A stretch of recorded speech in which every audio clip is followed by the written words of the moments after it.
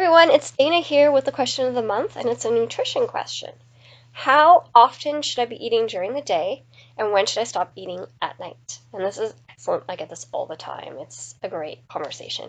So, as a human species, and I'm talking about healthy individuals here, I'm not talking about people with underlying health issues, healthy adults, we are designed to consume food during a 12 to 14 hour period. We're still grazers. We evolved from herbivores to omnivores, just enough to say we can eat a little bit of meat. So we're still grazers, but we're not grazing as frequently as, say, a herbivore.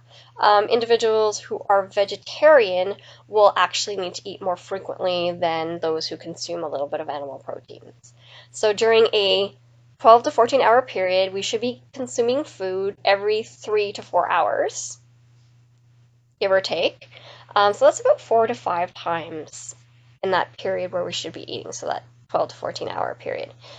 And the reason being is because we are going about our day. We're awake, so our body is using up lots of micro macronutrients, and we need to constantly replenish. At night, during a 10 to 12 hour period, our body is designed to stop consuming food. And the reason being is it needs to stop working at metabolizing food because it takes energy and resources to do that. It needs to focus on other areas, so helping us deal with our day-to-day stress, all the viruses and things we're exposed to. It needs to work on that. So if it's working on food and getting us through the day, it can't focus all its energy. It doesn't mean that it's not doing that during the day. It is, but it can really put its energy towards that. It helps regulate our hormones. It helps us sleep really well. And that's really important, obviously, for various reasons.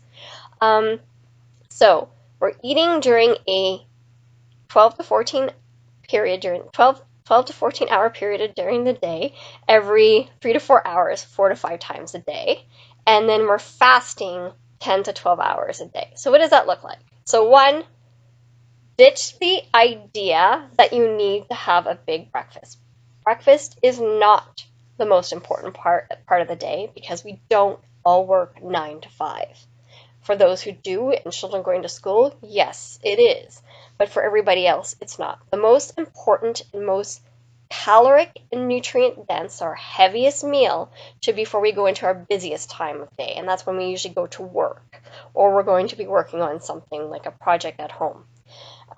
If that period is an 8-hour period, so if you work a typical 8-hour shift, you're going to have a second nutrient and caloric dense meal in the middle of that shift to get you through the rest of the shift. So 1 to 2 meals are nutrient dense and caloric dense.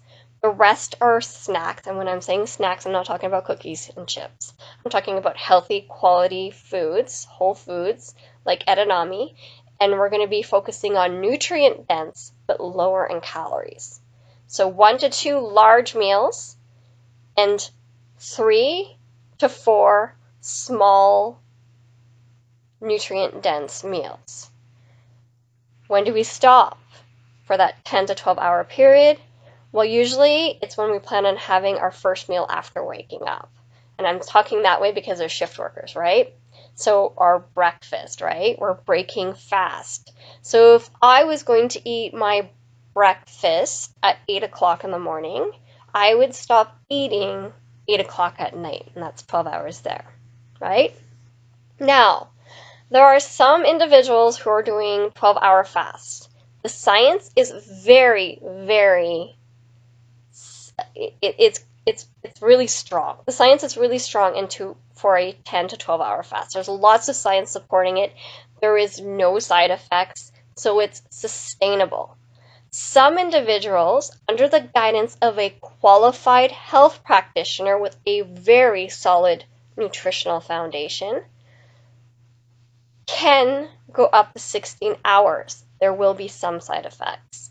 And the reason why these individuals are told to do this by a qualified health practitioner is because there are underlying issues that they're experiencing that would benefit from the 16-hour fast.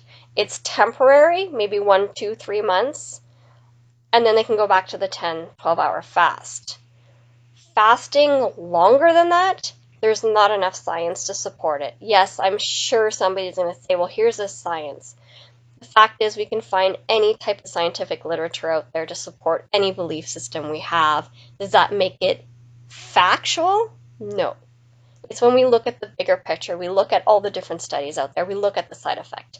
Healthy lifestyles, healthy eating is sustainable, meaning we can do it for the rest of our life, and it doesn't have side effects. So fasting more than 12 hours has side effects, and the science is not there. It's inconclusive, meaning there is science saying it's bad, and there's science saying good, but both say there's side effects. The 10 to 12 hour fast has a lot of science and very few science saying it's bad, and there's no side effects.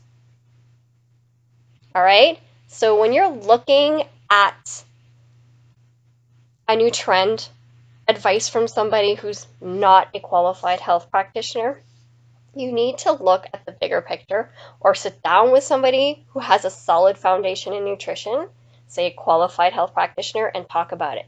Because healthy eating, a healthy lifestyle does not have side effects, and it's sustainable.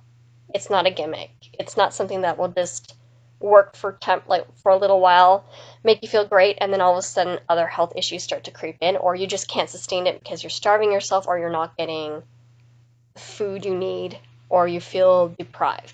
That's not sustainable.